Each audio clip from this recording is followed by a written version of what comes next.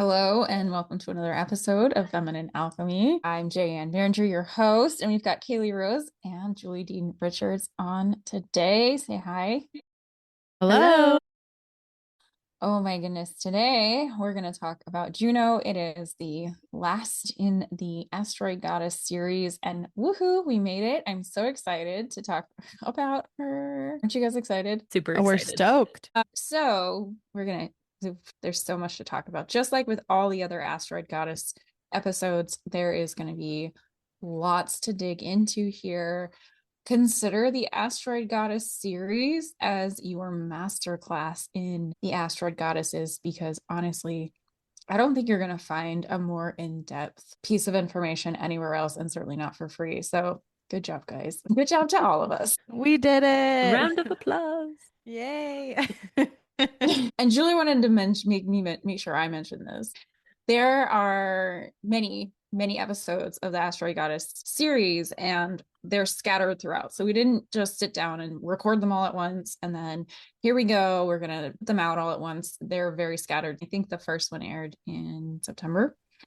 Um, Go back and go through them all, because like I said earlier, they're so full of powerful information and so good, so worth listening to over and over again. Anyhow, so let's get started on the astronomy. We're going to talk about the myths, we're going to talk about the astrology, and obviously all of our personal experiences will be mingled throughout. So let's go. Haley, tell us about the astronomy of All Juno. right. So, just like the other asteroid goddesses, Juno is an asteroid, actually exists out in physical space in the asteroid belt between Mars and Jupiter. And she was actually the third one discovered, even though she's not the biggest or the closest to Earth. And part of why she was discovered sooner than some of the bigger asteroids is that she is unusually bright, unusually reflective for the type of asteroid that she is. She's a stony asteroid. I think she's referred to as an S-type asteroid, but they are very rocky and they tend to not be very bright. But for whatever reason, Juno is really bright. So she was discovered third, 1804, and she was discovered by a German astronomer named Carl Harding. Was there anything you wanted to add to that, either of you?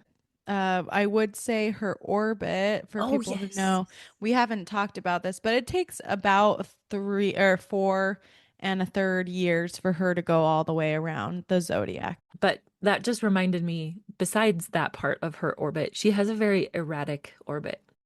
And what that means is essentially she'll get really, really close to the sun, relatively speaking, and really, really far away from the sun, relatively speaking. She has a more erratic orbit than, was it Pluto? I think it was Pluto. But basically, she kind of has some extremes that go on, which is kind of funny. Will be kind of funny when we get into some of her mythology. That's interesting to me, because at least Pluto can be explained because it's so far from the sun. So those gravitational forces would be very, very weak at that location. But in the asteroid belt, like the gravitational pull is pretty strong. So it's interesting that she's kind of all over the place. Yeah, she definitely does her thing back and forth, And I also think, just as people are listening, something you might want to keep in mind is she does have stone. She's kind of made of stone, which we'll talk about a little bit later through her meanings and mythology, but something to keep in mind that makes her a little bit different than the other asteroids as well. Yes. And I just double checked on her orbit. When she is closest to the sun, she's closer than Vesta. And when she's farthest from the sun, she's farther than Ceres. Which is kind of funny because Vesta, or Hestia, her Greek counterpart, is sometimes considered the oldest of the Olympians and sometimes considered the youngest, and both at the same time. But Juno, or rather Hera in her Greek form, she was considered not necessarily the oldest, but a big deal. And she was even sometimes considered a twin of Zeus. So that getting closer to the sun, getting super far away from the sun, is just really intriguing to me.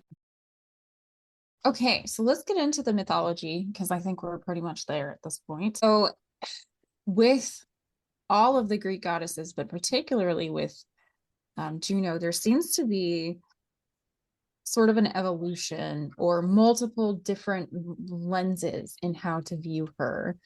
And again, like you said, Her orbit is erratic. Her story is also a little bit all over the place. So let's go back to the oldest story. Kaylee, what is the first story of where we're seeing Juno or Hera? All right. So in her oldest myths, she's Hera, and she has no husband. She has no consort. It's just Hera.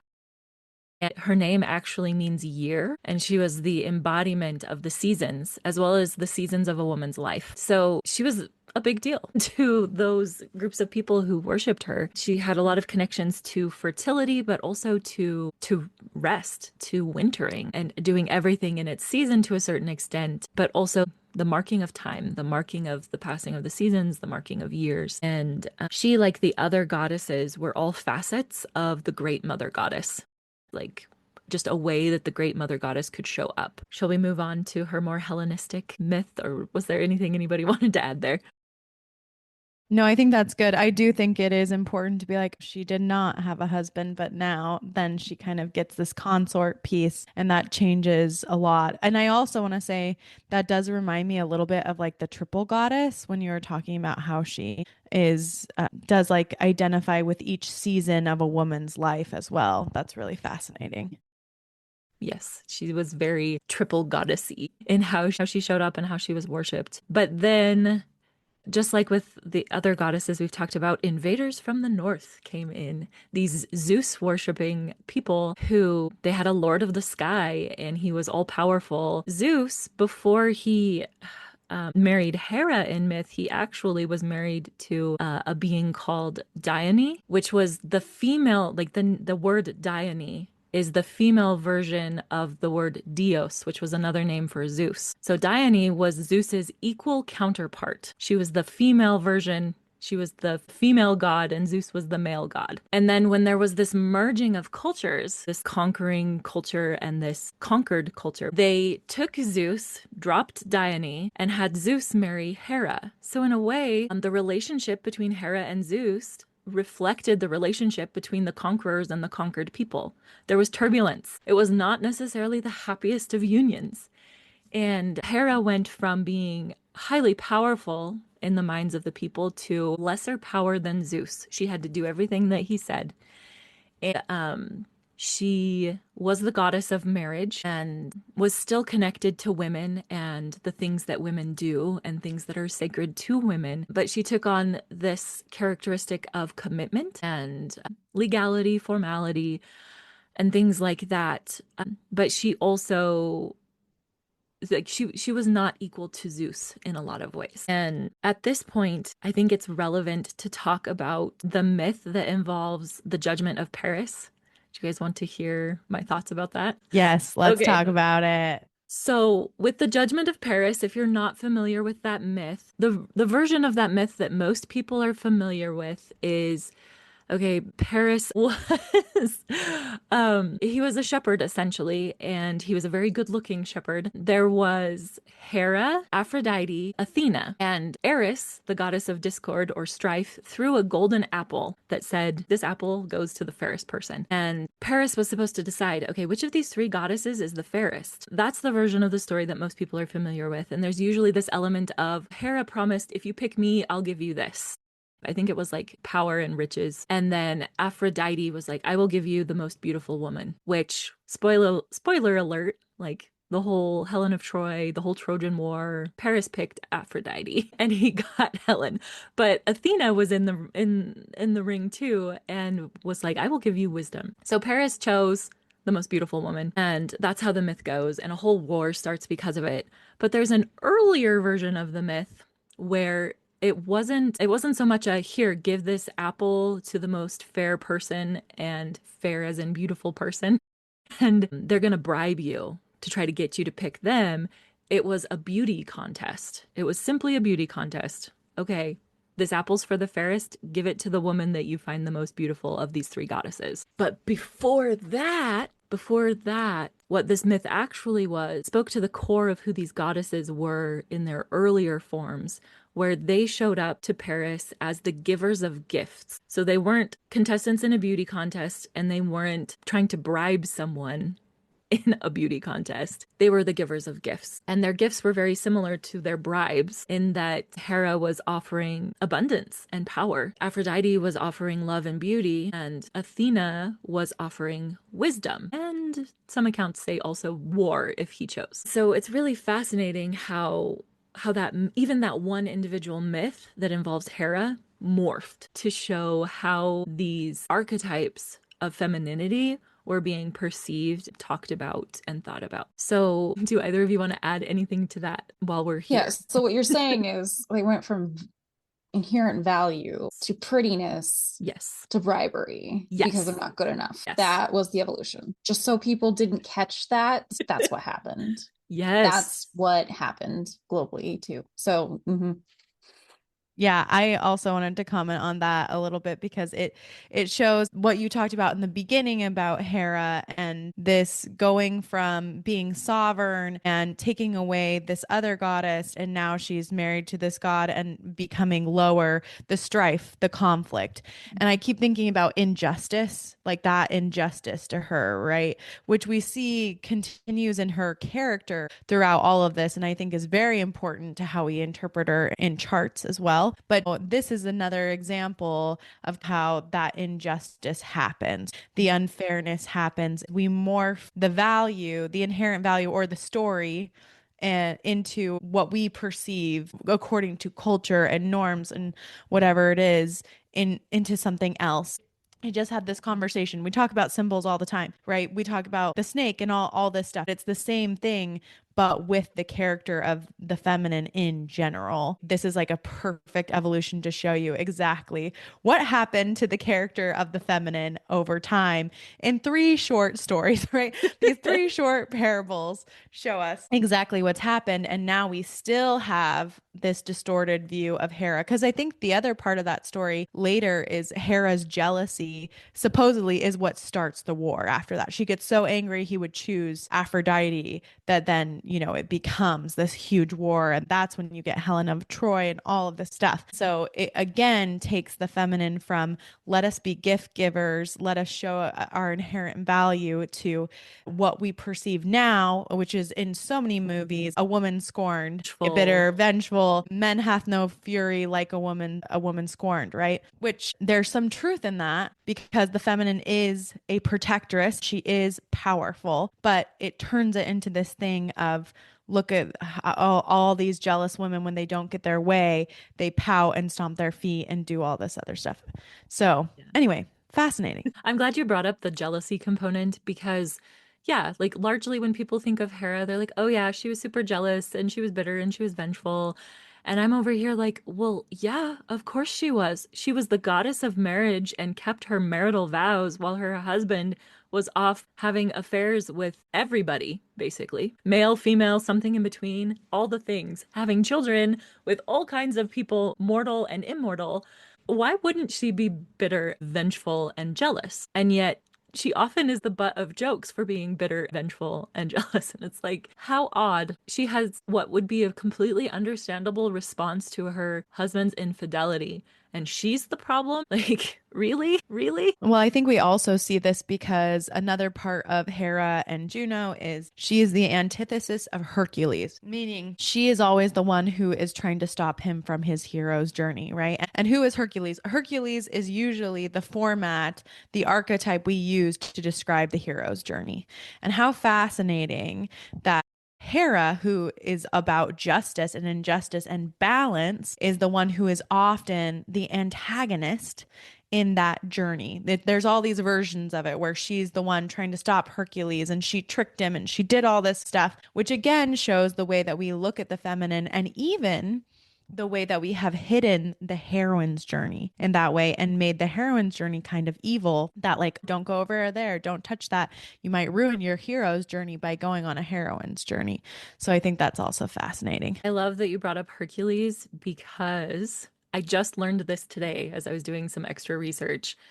Hera, before she was the consort of Zeus, there are myths where her consort was Heracles, which is Hercules. So the heroine's journey and the hero's journey, maybe they can be together? Maybe they can be Right? companions? I'm sorry, did you just say that Heracles is a derivative of Hera, and i.e., maybe he came from her rib. Yes. Getting Yes. spicy Sing today. it. Yes. Sing it. Yes. And so many names with Juno, especially, there's so many names that come from her, which Mhm. we'll talk about a little bit later. But how fascinating that we often don't realize. And you can look at gods this way also. We've touched on this several times, but usually the beginning is the feminine. Usually it's a feminine goddess first, and then we get all these derivatives of her and they become masculine gods. So it's not surprising that Hercules, I mean, Heracles sounds like Hera, like not surprising he comes from her, but also just no one would ever say it that way. We never look at it that way. We always look at it as the masculine first into the feminine rather than the feminine into the masculine. And yet, every baby born on the planet comes from a woman. I mean, yeah, a man was involved, but in the beginning, when people didn't understand how babies were actually conceived, they thought that they just came from women and that women were incredibly miraculous. They could just create life. And women are incredibly miraculous, even with men being involved. And I actually think it's more miraculous and more beautiful that there is this masculine involvement. But it's just so surprising that we've shifted to this space of like, oh, the masculine comes first, when that doesn't really make sense from the pattern that we get with biology. It just doesn't quite land. Okay, I gotta say this then. I was watching a reel from somebody who we did interview on this podcast, and her episode hasn't aired yet. But she's telling the story of how the ancient bros created man god and got everybody on board with man god, which I think is just such a great perspective. But yes, there had to have been a completely intentional force to make that happen, because it doesn't make sense to be like, obviously the original creator was a man because babies come from women. Like, this doesn't add up. Somebody And had it to make that up. And it sounds silly, right? Like when you say that, the creator must have been a man because women give birth. Women birth things, and that's how we did it. And somehow, there's this masculine. But yeah, I agree. I think that's like a great demonstration of it. And I do love this balance, even looking at Hera and Heracles as partners. What a beautiful balance we can have with the masculine and the feminine working together. Both, again, kind of going back to the heroine and the hero's journey, we don't have to be antagonists, right? Like they're both important to each other, but the world we live in is that one is much valued over the other. So when you mentioned this thing about one culture conquered the other and then absorbed their goddess into a subjugated version under their own god, that to me is the blueprint for the wounds of colonization, and including the witch wound is just self-colonization. We're at a time where we're really, really faced with this. It's an old technique of trying to actively oppress somebody else. And I just find it very interesting that that was an interesting turning point, at least in Greece, for female goddesses, for the goddess in general, because she's partnered with the guy, right? The first subjugation wasn't going to be like, oh, this random guy, this random god over here. No, it's going to be she's married to the god. The justice, the desire for justice is so, so strong when you're talking about that. And that is, I think, part of what we're really going to get into more today. But I just wanted to highlight there is a real disparity of justice that she's going to try to fight for, right? Yeah. So we talked about primordial, I guess you could say, Hera, and we've talked about Hellenized Hera. But the thing that I think is really cool is that when Hera got absorbed into Juno, when the Romans conquered Greece and were like, hey, your Hera is a lot like our Juno, we're just going to absorb her as we're absorbing you, that Juno and Hera as Juno actually got a lot of power back, like a lot of power back, because Jupiter, which is Zeus, also known as Jove, he was super powerful, just like always. He was the king of the gods. He could hurl lightning bolts, but Juno was the queen of the gods. She was the queen independent of her husband. Like she was the queen regardless of whether her husband was the king. And she would sometimes throw lightning bolts too. She had that capacity. She could do what her husband could do, but she had a whole bunch of other really cool powers, I guess you could say, things attributed to her that are so, so connected to the feminine. And I know that Julie was looking at some of those before we got started. Do you want to talk about some of those? Yes. Okay. Yeah. Let's talk about this because, like we hinted at before, Juno is like the Juno of a thousand names. She's got a lot of different identities that come into her, but each identity tells us something a little bit more about her, and particularly her role evolving from just this what we think about her right now, which is her role in marriage, right? We always think about her as the goddess of marriage. She's the one who takes care of that, all those kinds of things. However, a lot of the parts of Juno have to do with protection and legalities. And I should say, maybe not even just legalities, but civic duties and justice and bringing a lot of that back. She's got a bunch of names. I will probably brutalize some of these. But for example, Juno Sosapita, which is another version of her, is a horned goatskin clad armed protectress. She's associated with, again, a sacred snake and virgin girls who feed the snake. She is regalty. She's a military protector, and she has that fertility as the patroness of Sosapita. That's where that comes from. It's a region in Italy. Then you've got this protection vibe when she's Juno, I'm going to say it, Curitas, which is in Tiber. Again, she's a spear bearing war goddess, and she is a guardian of political or tribal wards, like sections, groups. And she protected young soldiers and brides. And so again, we have that marital link and the virginity. We talked about virgin already. Go back to Vesta. When I say virgin, I don't just mean someone who has not had sex, but a young, we'll call them maidens. Linking, right? Maidenship, protection of maidenship, marriage and marital defense, civic order. And then she's also linked to, again, of course, this comes from her original self, who is part of the calendar. Think about that when we talked about Hera. She's the season, she's the calend. So we have calendaris, Juno, and so she's very important. She's always honored. And Kaylee told me this came from Kaylee, but each woman would honor Juno on her birthday. She had this great timekeeping role, which reminds me a tiny bit of Saturn. Like some of these things remind me of Saturn just a little bit. So she has that. She has an Etruscan part of her, and that is Uni. And she's also a queen goddess in this, but she has a lot of the seasons, the year, the justice. So some other things that she does in these, again, she has Lucina, Lugalis, like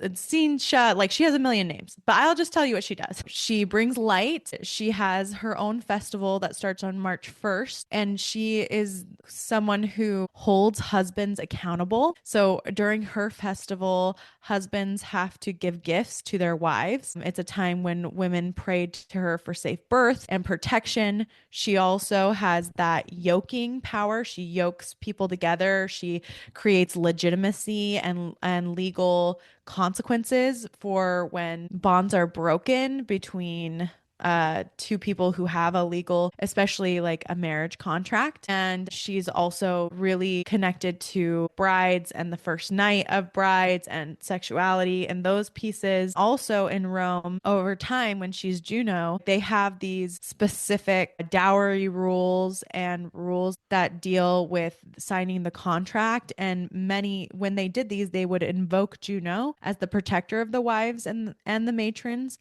And basically, there's this feeling of like, husband, you better do what's right for this wife, or because Juno is watching you. She is watching you, and she will make sure that things are going to be right between the woman and you, and we can invoke Juno to come protect us and tear you down, and we can reclaim our dowries if you don't do what's right for us. There are two more things I want to touch on. One is that she also is often invoked by the Roman Senate. So that's kind of her civic piece of her, that they would ask for her favor, her wisdom, her protection. And during these Senate councils, she had kind of her own religious political authority that she asserted. She made things legitimate. Like when you invoke Juno, she legitimizes decision, treaties, and war efforts. She's a strategist. She's seen as someone who like argues for you and makes contracts for you. And the last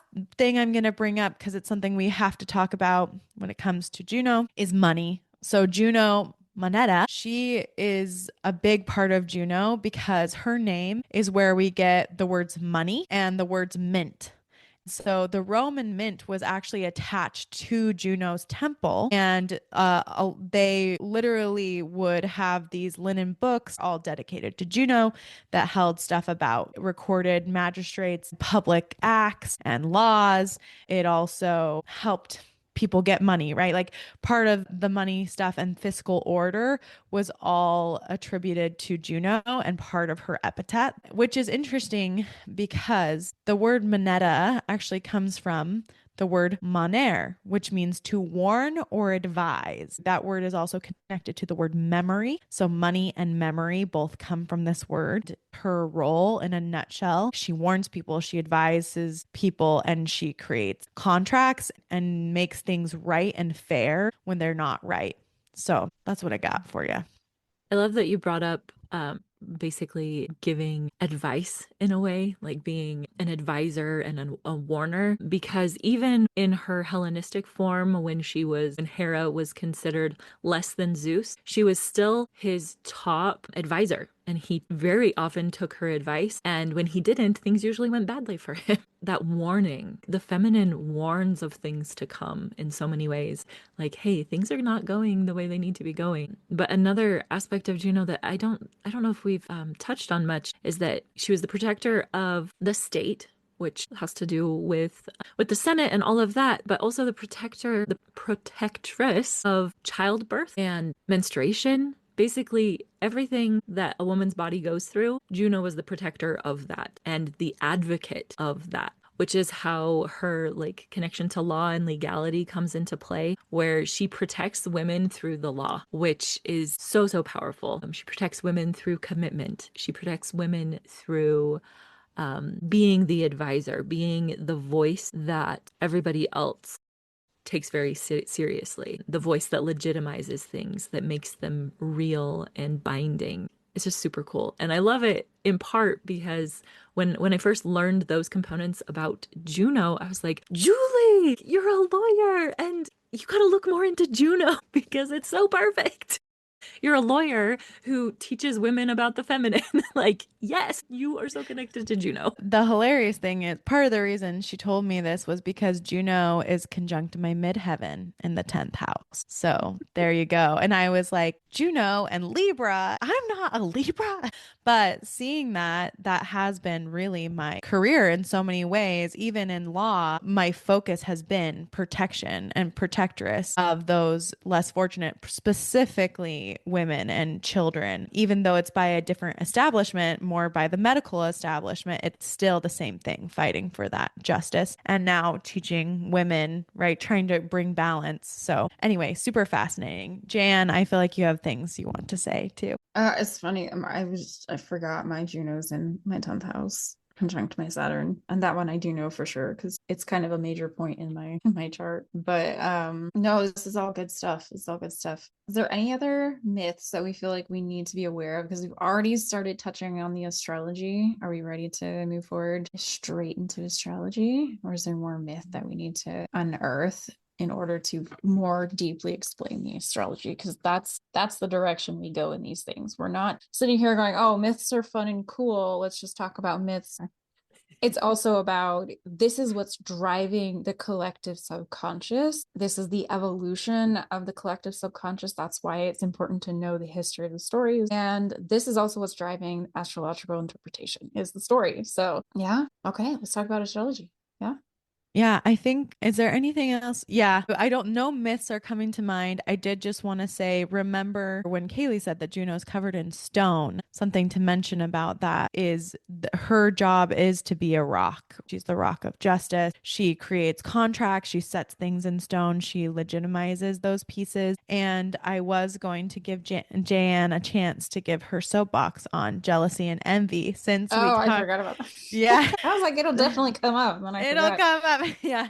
But I do want to talk Yeah. just a little bit about this jealousy piece before we go into the astrology, because that will be a little bit important in the astrology. So I wanted to mention again, Hera, Juno, is always looked at as very jealous. We've talked about how she's completely in her rights to feel that way.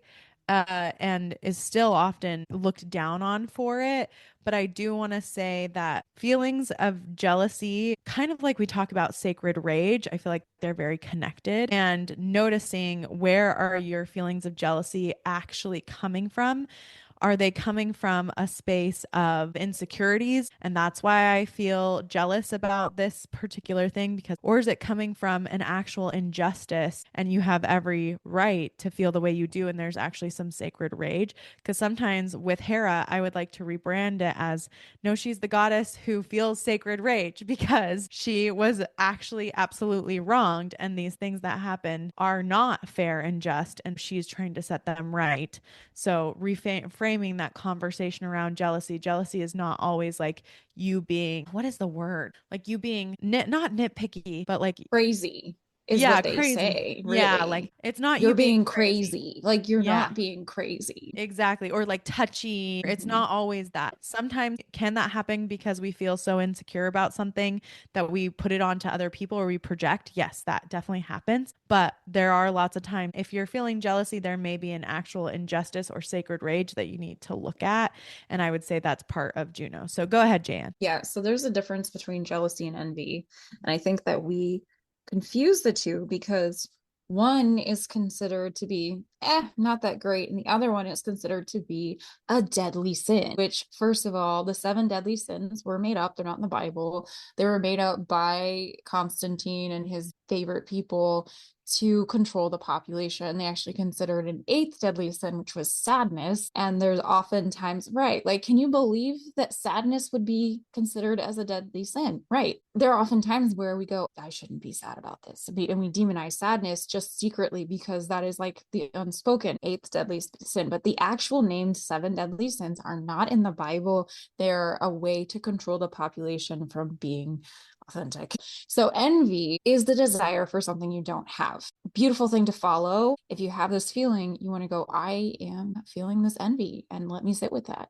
Just like all our feelings are important to sit with because like Julie said, we need to figure out, is the root cause of this an insecurity or is it something that I need to address? That is the real reason we sit with feelings. Now, jealousy is the fear of loss, right? The reason Hera or Juno was jealous was because she was consistently in terror that her husband was going to leave her because he was constantly cheating on her. So there's a reason that she felt the jealousy because she had a good reason for fear of loss. The biggest time that people accurately say jealousy is in this type of situation where a woman is afraid that her partner is going to leave her or is doing things that are full of betrayal. That's when true jealousy occurs. When we're talking about envy, we usually say, oh, I'm so jealous because this person has that. That's envy. Name it, live it, experience it for what it is, because when you name it wrong, it's always going to come back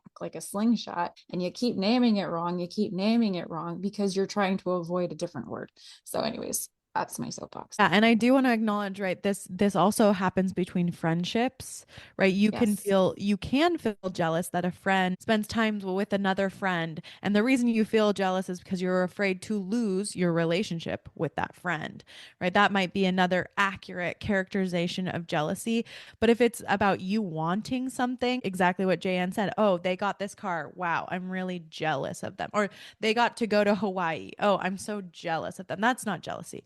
That's envy. That's what you want. And I think exactly what she's saying is neither of those emotions is necessarily bad. Although they are always categorized as bad, they are not necessarily bad. They are cues to you that either one, you have a longing that has not been met, and maybe there's a need under there that hasn't been met. We need to look at what is that longing? Why do I want that? You ask yourself those questions like, why is it so important to me to go to Hawaii? Right? And you get to the bottom of that. Why? And with the jealousy, we need to also sit with that and be like, okay, what am I afraid to lose? Right? What is there a deep inherent insecurity? And is this insecurity because I've seen stuff happen in the past, because bad things have happened to me in the past? Or is it something that like I have not given myself the love that I need to feel secure and going through that for yourself. So they're just cues. We need to re-look at this. And so I don't necessarily think that it's a bad thing that Hera was jealous, or that we might feel jealousy, or that Juno in our chart might tell us about our jealousies, because it's really telling us about what are you afraid to lose in this situation. Exactly. And it's not the emotions themselves that are good or bad. They're neutral. It's what you decide to do with those emotions and what your values are that determine whether they're good, bad, or something in between. So, yeah, I'm really glad that we talked about that. I had another thought that I wanted to share. What keeps popping into my head, or kept popping into my head as we were talking about jealousy and envy, was the whole, like, in the Bible when God calls himself a jealous God. When I was younger, I was like, what? How could God be jealous? He has everything. But that's envy. If there's something that you want but don't have, God being jealous, I could see God being jealous, and that maybe God is afraid of losing something, is afraid of losing his children or losing whatever. So yeah, just with my like Christian background and that Bible verse popping into my head, that all makes a lot more sense now and is really fascinating in the context of this conversation. Makes so much more sense, right? All right. Yes. Thank you for giving me the soapbox to stand upon, Julie. Let's move forward into the astrology. Let's talk about astrology. Okie dokie. Should we talk about Juno in general, what she might need in a chart in general? Okay, which means I guess the first thing we need to say is, if you have not guessed by now, in resonant astrology, we look at Juno as the ruler of Libra. She's in charge of Libra and the seventh house. So, thinking about those Libra themes, if you know a lot about astrology already, you're probably like, that makes sense. I can see the pieces coming together, and you'll see them more. But let's put them together for you right now, if you haven't already. So let's talk about Libra, and then we'll talk about Juno as different than Libra. So Libra is the scales. Libras are born in this September, October area of life. And Libra is concerned with things being balanced. It's an air sign. It's a cardinal air sign, which means it's also focused on doing something, starting something, beginning something about it. So when we're talking about air, there's always going to be two sides of things. That's just the way air works. It's about balance. But this air sign is more focused on the justice aspect of that. And so oftentimes what you might hear from Libras, which is very classic, is they will say, that's not fair.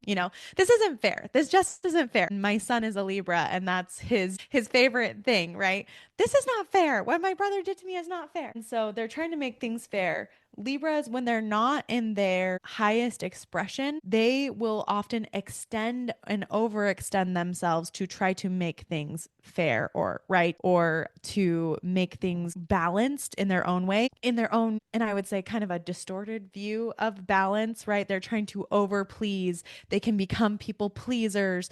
They can become, yes, people, because they don't feel like it's fair for other people to have to do the work, or they're afraid of having the hard conversation because that feels like too much on the negative side of the scale. They're always trying to do the positive side of the scale. Like if you're out of alignment, you might be so focused on trying to get the positive side of the scale that you might find yourself people pleasing, saying yes to things that you don't like. Libras are also known for being quite charming. They're known for being able to kind of be politicians in their own realm. Like every air sign, they're analytical, they're thinking, they're chatty, and tend to be, trying to make things better through their words, kind of stretching things out often, kind of like politicians do, right? Stretching things out or bargaining to get what they need or want. And this can be in good ways and in not so good ways. It happens on both sides of the spectrum. But my mom is a double Libra. And something I will say that we don't talk about, and I'm going to bring decans back into it, is she is a first decan Libra. So she's in the first part of Libra. And that first part of Libra in particular is very focused on justice. And so sometimes people, if you are a Libra and you don't feel as like quote unquote Libra-ish with what I'm saying about being like a politician or being good at hosting. That's another thing. Like Libra risings are like hostess with the mostest often. Bend over backwards to make you feel comfortable, all those pieces. But if you don't feel like that's you, but you do feel more like maybe you see things as more black and white, more justice oriented, you're probably in that first part of Libra, because that's what the first part of Libra is more focused on. It bringing justice, making things even, and can be so justice oriented that they come off harsh at times, which is not something we often associate with Libra, but is quite possible in that range. Other things about Libras? Yeah, like the phrase "what's fair is fair" is the most Libran phrase. It's like just a circular argument. I'm like, I don't, doesn't make any sense, but people say this all the time, and I'm like, that's just so Libra. I have a thought.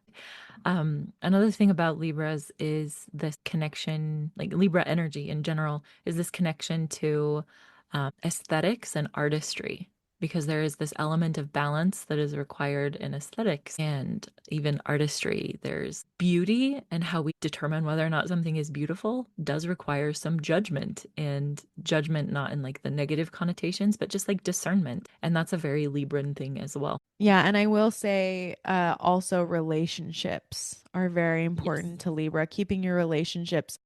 Oftentimes with Libra relationships, it's like, oh, I don't want anybody to be mad at me. Like, I don't want people in my relationships to be mad at me, or like I want to bring everyone together in harmony. And it can be a very powerful strategic sign for making strategic relationships. Like I almost think about it in an 11th house way of like your network. Libra can be very good at networking as well. Not that it doesn't care about one-on-one relationships, because it really does, but Libras do tend to have networks because they have that gift of relationships. And then the other thing I want to say with my son, who is a Libra, he also does have Venus conjunct his sun, who is the traditional ruler of Libra, but he is very interested in money. Like that is one of his top interests is money and sales. And I would say part of that is his Libra-ness, like that connection, especially when we look at Juno and being connected to money, there is an interest in connections in both the relational way and also in a monetary way. And I do find that many Libras make great salespeople in one way or another. They do. They tend to be the people who can get on the phone with you and make you feel good about everything. And so all of a sudden you're like, why am I paying $100 for this? I don't know, but it sounds great. Like it's a great thing.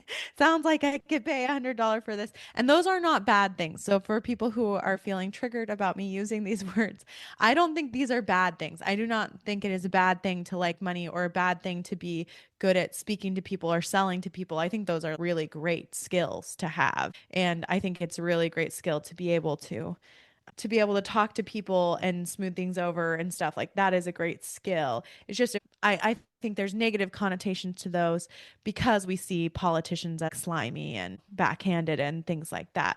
But it just because you have that skill doesn't make you a bad person or mean that it's a bad thing. It's needed. We need people who balance stuff. We need people who can make the conflict cool off. We need peacemakers, which is another thing that Libras are often described as peacemakers. Yeah. Libra is the diplomat of the zodiac. And like when Libra energy is empowered, Libra wants to correct relationship imbalances. So instead of the people pleasing or even trying to sell in a way that isn't truly in integrity, Libra energy is going to do the hard work of like, okay, what do I want? What do they want? How can we come to true balance instead of pseudo balance? How can we actually address the issues that are at hand instead of sweeping things under the rug or pretending they're not there and then all of us festering in bitterness and resentment? Like a true diplomat doesn't brush things under the rug and try to smooth things over. A true diplomat is going to address the core issues so that there can be real balance and sustainable harmony. And that's what Libra wants, is real balance and sustainable harmony.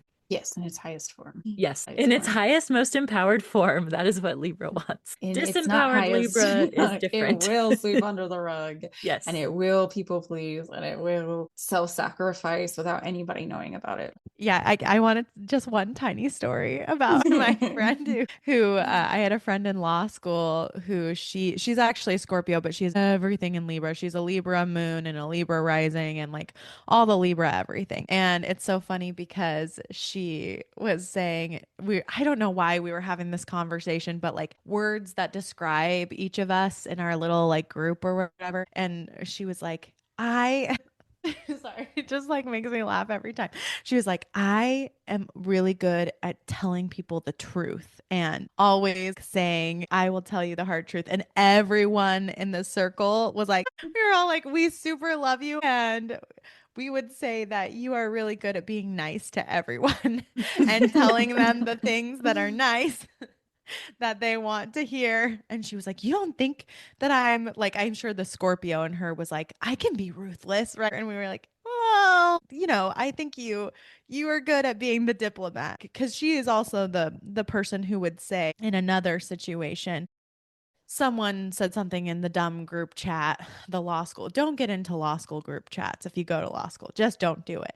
But she is someone who would say like in the group chat, someone said something and another person said ha ha afterwards and she was like that's bullying. And we were like, it wasn't the nicest thing to laugh at that, but I don't know if you can call that bullying, right? Like that's like a very Libra thing to do, like that overdeveloped sense of justice, right? And trying to make things right and wanting to be nice and tell everybody all the nice things about themselves and like go around the issue and around the issue, right? So be careful if you're a Libra about being passive aggressive. I think air signs in general struggle with that, but Libra in particular can struggle. Never heard anyone say that before. You heard it here first, guys. I love it. So what about Juno specifically? Is there similarities, differences? Is it exactly the same one for one, or let's go into a little bit more about Juno rather than Libra? So the ruling planets, regardless of what rulership system you use, are not truly one-to-one with their signs that they rule. In my opinion and my research, like, I mean, I'm sure there are astrologers who maybe would argue with me on that, but they're not exactly the same. So with Juno, like her placement in your chart can give you a lot of information about how you respond to jealousy or the types of things you might be jealous about, and also how you deal with betrayal or areas of life where you are more likely to feel or be betrayed. But Juno also can give you information about where and how you're committed come hell or high water, where you're going to commit to something and you're going to stick with it, regardless of whether it's a good idea for you to anymore, regardless of whether you've outgrown the thing. But it's also can give you information about how you can commit 100% to something that you truly care about and not give up when things get hard. There is the connection to marriage. You can learn about your marriage or your lack of desire for a marriage or your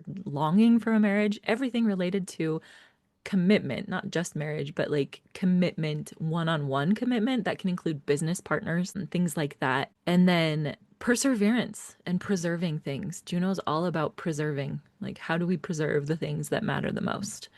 Yeah, that's what I have to say about Juno and her placement in your chart. Yeah, I would say if I were doing, let's say I was doing a reading specific to someone's like legal case or something, I'd be looking at Juno quite heavily.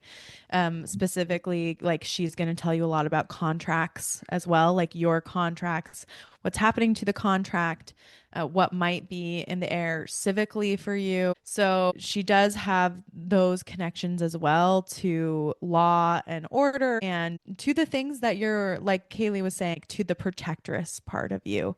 She has some of these similarities, like you look at Pallas Athena in some of those ways as well, but she's going to tell you a lot about your protectress. Something else that came to mind is in all of her myths as well, she is a guardian of fertility. And so when we're looking at your fertility and what's going on there, we should include Juno in that analysis, as well as people like Ceres, right? We're going to look at many different pieces of the chart for that. But I would say looking at her for purposes of fertility is going to be big. And then I was going to say she also talks about what you feel and I guess Kaylee kind of said this too, but what you feel is injustice. Like, what is the big injustice that you're fighting for? Where's that injustice to you? What do you feel like is unjust, and where are those injustices in your life, and how might you look at solving them? What might be your strategy for doing that? So she's going to do all of that, and I do think I'd echo again. I feel like partnership is a huge deal when it comes to Juno, at least that I've seen in charts. She's really partner driven. Absolutely. And Juno can give you some insight into how you handle money or don't handle money. Money, that's the one. Yes. When I do locational readings, I do look for Juno lines for people who are very interested in making money, specific Juno lines.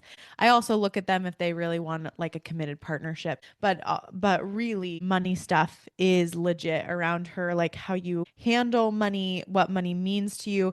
And but she's not as second house-ish, I would say. Like she's not like Venus. She has a different feel about money. It's like the monetary commitments that you are willing to make, and more of the structure of money in your life rather than just like abundance vibes, which is more Venus.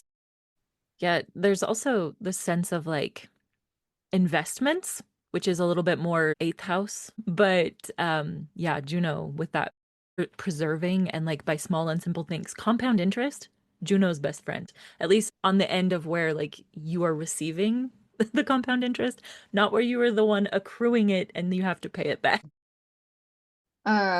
Cool. Okay, so let's go ahead and talk about Juno's astrology throughout the different elements.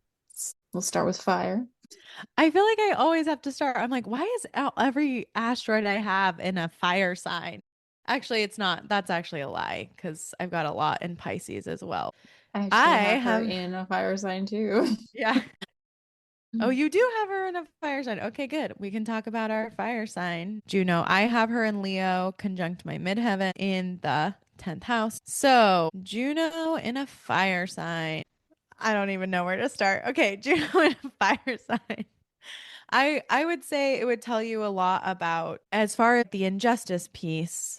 And this is what I'm gathering from my own experience is things that are not shown, like showing things that are not shown. What is hidden that must be brought to life could definitely be Juno in a fire sign.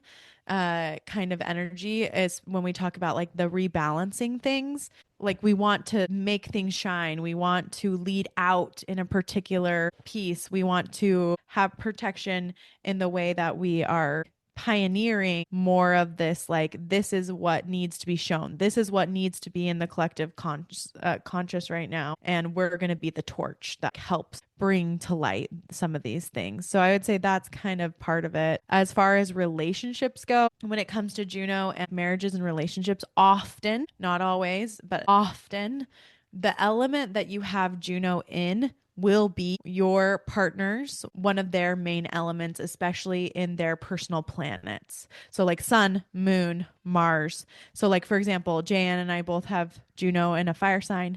Both of our husbands are fire sign. So, For that's, fire. yeah, Yeah. big fire. And that can tell you, like, that's the kind of person that you're attracting in your partnership. Other things you want to say, Jan, about Juno and fire? Yeah, I've been really playing with this concept of fire signs being representative of the inner child. And so far, I can't find any evidence to refute it. So, because fire is so spark driven, as fire comes from magic, fire doesn't actually exist in a normal state. It has to be conjured at any given point in time. And to me, that's where children come from too. So, I feel like Juno in the fire sign is going to require a lot of play, is going to require a lot of joy and fun and being yourself as a form of justice, as a form of partnership. All of these things layered on top, also coming into this concept of play, this concept of joy, and maybe being the protector of children like a top priority, or the protector of authenticity and innocence as a top priority. I think that's kind of where I'm going with that.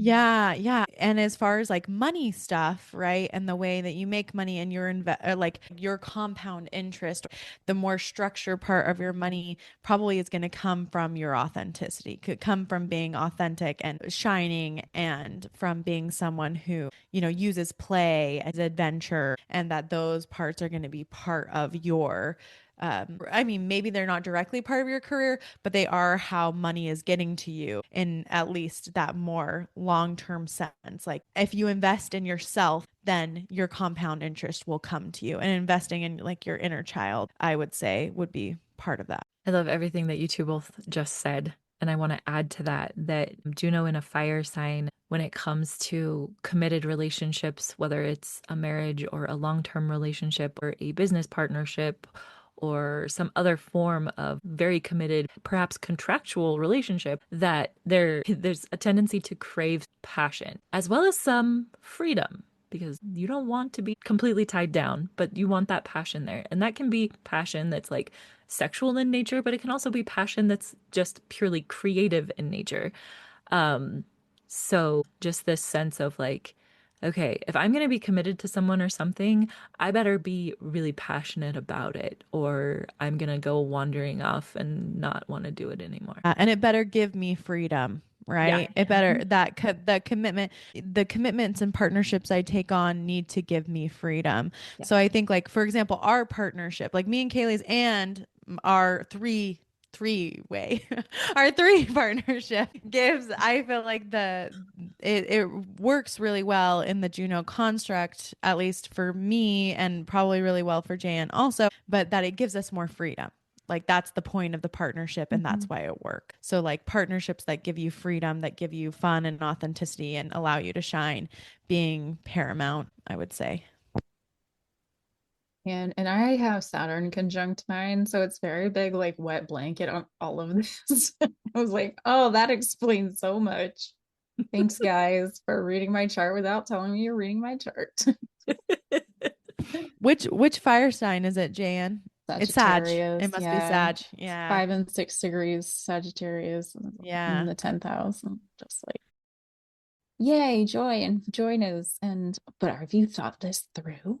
Have Yes. you thought this through? Do you know exactly what's gonna happen? Oh, we're gonna Timing. have fun. So sad. Yes, for sure. And maybe like finding yourself alignings, like sometime aligning with people who feel like a wet blanket, or like in the Yes. past, like feeling like I have had partnerships that drag me down, or I was even thinking about, I hope this is not too personal, but I was thinking about your first marriage in Mhm. that like the choice you made was the a Saturn choice of like this is the person who traditionally I should be with, or who has like the supposed values and ethics, or like comes from the place I should be very masculine, but like that turning out to be terrible. And a Libra sun. Yikes. No. And we should also mention, I think it's worth mentioning that Saturn is exalted in Libra. Saturn loves Libra the most. So he has a connection there. Just saying.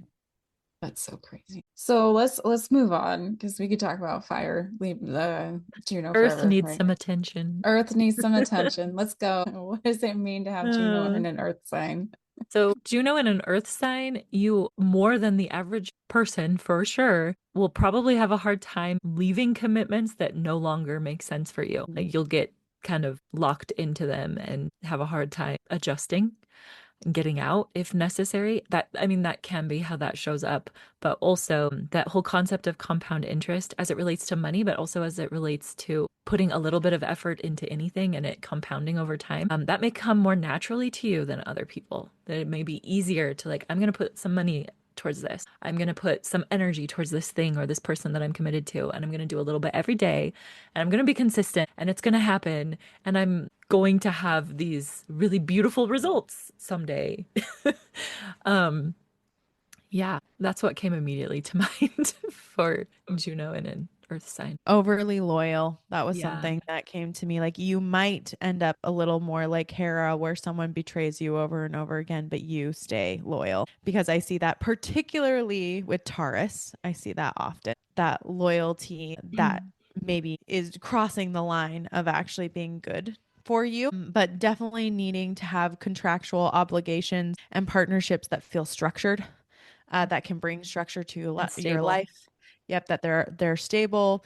Stability in finances is going to be a big deal, and making sure you have that stability, making sure that you probably might end up choosing people or things that are more practical than like light you on fire.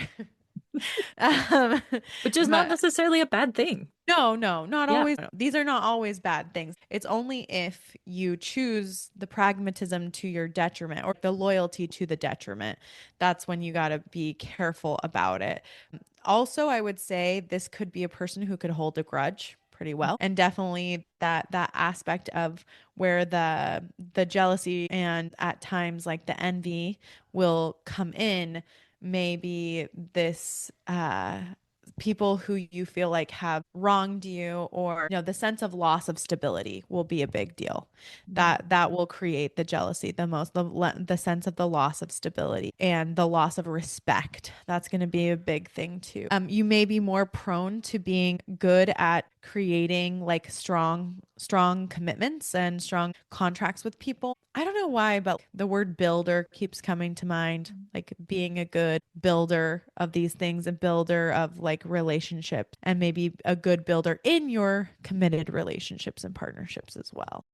I want to come back to the idea of betrayal really quick because I don't remember us talking much about it with fire. But when it comes to Earth and betrayal and Juno, Juno in an Earth sign, when you feel betrayed, most likely, or you believe yourself to be betrayed, you're more inclined to stonewall people or to hold a grudge for like ever.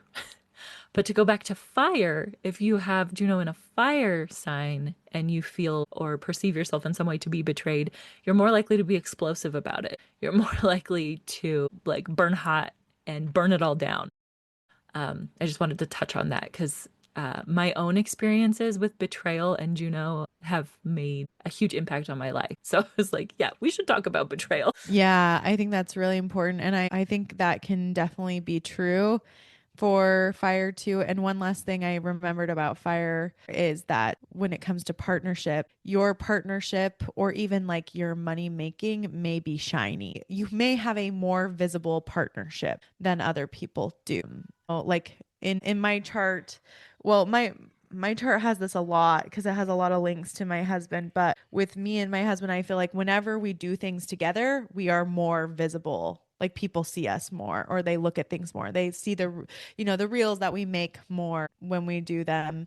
And, or like for me, and this also has to do with like my Venus in that seventh house, but like my partnership connections are a really big part of my life, and I tend to be connected to people who are shinier than me, or like who help with the shine. Like that tends to be part of my life in some ways too. Whereas like in the earth sign, your partnerships may be what you lean on the most. Like they're very steady, they're very sure, they're very secure, even if they're not as like explosive or visible. That was good. No, it's good. Okay, so let's move forward into where are we? Air sign. Air signs with Juno, independence comes in. Like when you have commitments, you still want your independence as well, or you feel what the image that's popping into my head is like a tornado in a jar. Like if you're gonna try to box in this air energy, it's gonna turn into a tornado and rip everything apart. Like that's what I imagine with Juno in an air sign that feels like I'm committed, but it's really weighing me down. You want to be committed and free and creative and being able to idea generate. They come up with all kinds of ideas and potentially have partnerships that rely on technology a lot. Could be another thing. And then as far as betrayal goes, it's probably going to be easier for somebody to walk away from their commitments if their Juno is in an air sign once they've felt betrayed. Like the other signs, it's going to be a little bit harder to walk away from a commitment after a betrayal. But air, it's like, nope, I'm out of here. Yeah, I do. I was thinking about words and thinking, like words probably being very good at creating contracts through your words, whether you mean to or not. Like that may be the thing where you're like, I committed to this party. Oh, wait, I didn't realize I really committed to this party, but I did through my words. But like being good at that, maybe having an affinity, particularly if you have Juno and Libra, but an affinity for legal writing or strategy. It could definitely be part of that. The diplomacy is going to be quite high if you have Juno in an air sign. The ability to be a diplomat, and again, that tendency to try to peacekeep and make things even. And I think the injustice piece here would be about things that are not said, right? So, like for Earth, maybe it's things that are not structured or pragmatic, or things that are not solid, in a way. And for air, it's probably going to be about things that are not said. For fire, it's about things that are not seen. And those are the deep injustices for them. And maybe your partnership, you may find yourself in partnerships that are not, like Kaylee said, not as committed as you would like them to be in some ways, sometimes. Or maybe the word make the partnership more, I don't know, it's dependent on the things that you have said, or like the logic that you have come through, or like the analysis, like over analyzing partnerships and maybe over analyzing money stuff. I think sometimes air has a really hard time deciding things, and so the deciding piece might be difficult when it comes to money and partnerships, like deciding what you really want from it, or what's going to be the best strategy. But your money is probably going to come from your ability to analyze, to talk, to use your thinking abilities and get the compound interest out of those. Yeah, that makes a lot of sense. Yeah, I mean, air signs tend to be overall wishy-washy. So that freedom piece thing makes a lot of sense. Yeah. All right, let's move forward into water. What would it be like to have Juno in a water sign? Kaylee, do you have a Juno in a water sign? I do. I do. And well, when Julie was talking about, we have Juno in a fire sign and our husbands have a lot of fire energy.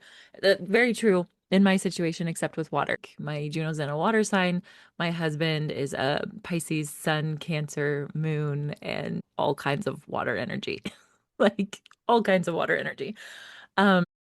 So Juno in a water sign, Juno in a water sign, commitment is going to be very emotional, and potentially there's this spiritual element. There's this like merging at a soul level that can be really devastating and terrible, and also really uplifting. And when you've experienced betrayal, you're going to have a lot of emotions about it. I mean, anyone has a lot of emotions about betrayal, but like deep emotion. And that, like, when it comes to commitments, you're probably going to follow your intuition more than logic about what you commit your money to, about what partnerships you commit to. um and when it comes to marriage, there's probably going to be like a certain sentimentality, like being really sentimental about that experience. And not even marriage, but commitment in general, that there will be a sentimentality that's lacking perhaps in more like airy or even earthy Juno placement. Anyone want to add something to that? Yeah. So betrayal for the water signs is like a big one. Oh, yeah. Huge, huge. So I feel like in the jealousy piece, it's actually probably less about the jealousy and more about the betrayal and getting really stuck on the betrayal and actually struggling to move into the jealousy to keep the movement going. So really giving yourself that space to notice the betrayal and accept the fact like there is jealousy, there is injustice, there is more to it than just the betrayal.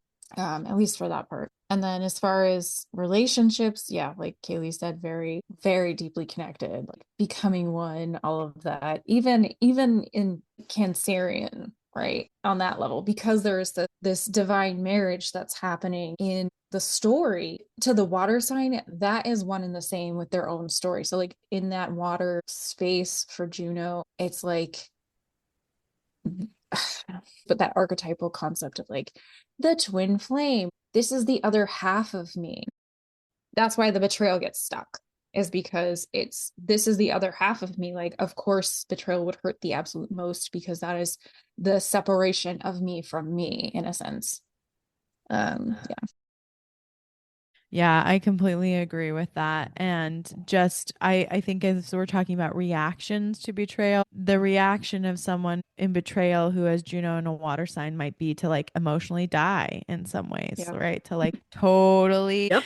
Kaylee's like, yes, this is what happens. This But is how like it works. my emotions, like this part of me, it is like a legitimate death to that person. One thing sorry, going back to air, because we didn't really talk about as much betrayal in an air sign, but to me, betrayal in an air sign, the reaction, betrayal in an air sign when who has Juno in it, who is betrayed, will likely, I the word running away is not the right word, but detachment, right? Deep detachment, detaching from that, detaching from the emotion, detaching from the betrayal. Whereas water is the opposite. Water is going to be completely attached to that betrayal, and like it is a part of their soul now, and a part of their soul has died because of the betrayal. Potentially try to attach even more to the person or thing that betrayed them for a water Mm-hmm. sign. Like it can take a lot for them to disengage from the betrayer. Yep, 100%. Wanting to quickly make amends, and being careful of, especially if you have Juno in a water sign, being careful of codependency and making yourself super codependent, because in not just only like uh a marriage relationship, but like deep relationships or commitments in general, just being careful that like it's not, you're not making the contract or whatever it is, or even like when you're making money, like you're not so attached to it that you're codependent upon it. And you having, again, whenever we talk about water, I'm like, boundaries, have your boundaries, Boundaries. people. You got to get your boundaries up. But yeah, just being carefully thought through in those things. Yeah, and I don't know if this is probably true of Juno in any water sign, but I know it's definitely true of Juno in Scorpio, which is where my Juno is, that like with betrayal and even with codependency, there can be this initial like, oh, I've got to attach even further to the thing or person that betrayed me. But then once I've fully processed how betrayed I have been, like then it's like, I am dying and you're gonna die with me. I will drown you. Yeah. Drown you. So we talked a little bit about our personal experiences. What are some things that either you've experienced or you've seen with clients, that was specific to where their Juno placement was and how things unfolded for them?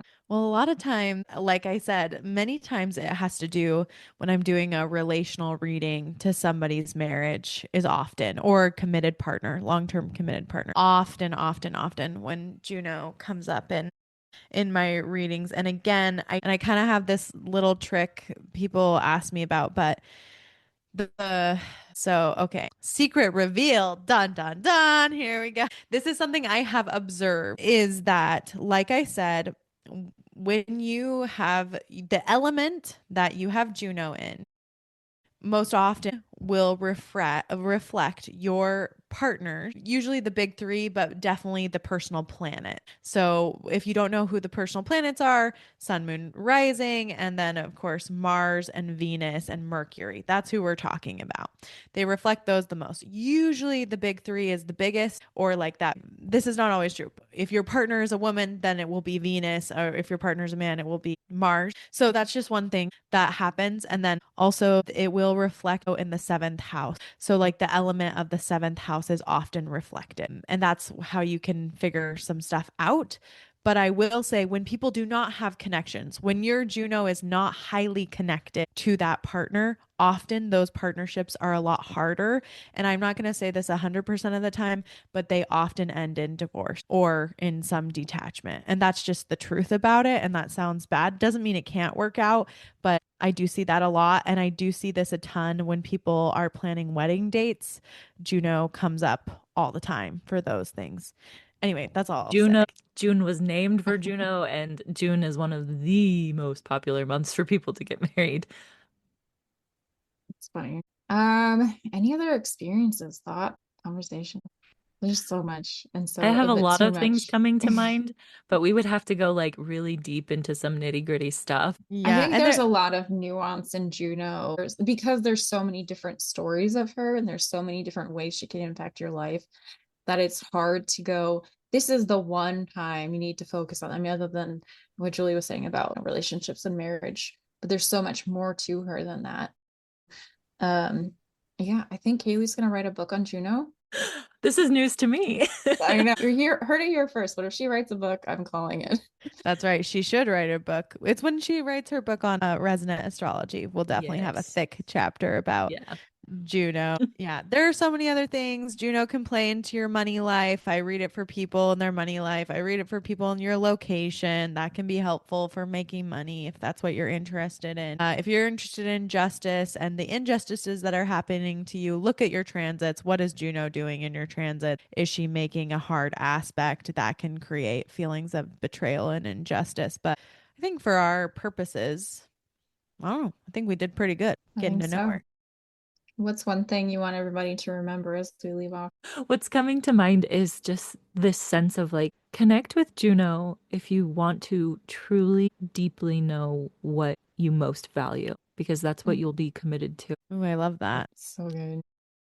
I was gonna say something about the evolution of injustice towards the feminine archetypes, but I will say, although I think that is quite important, but always I think what's coming back to mind is remember that none of your feelings are bad, right? Like the feelings you have are not bad. Your feelings of jealousy, of envy, betrayal, anger, they are not bad. They just need to be sat with. It's about getting to the bottom of it, getting to why are they there, asking the why question rather than the saying that you shouldn't have these feelings. Stop having these feelings.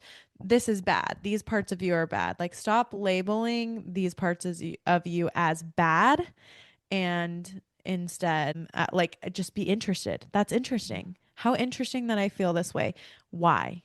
Why? Get curious about yourself. That will always yield many more dividends than the push it down technique.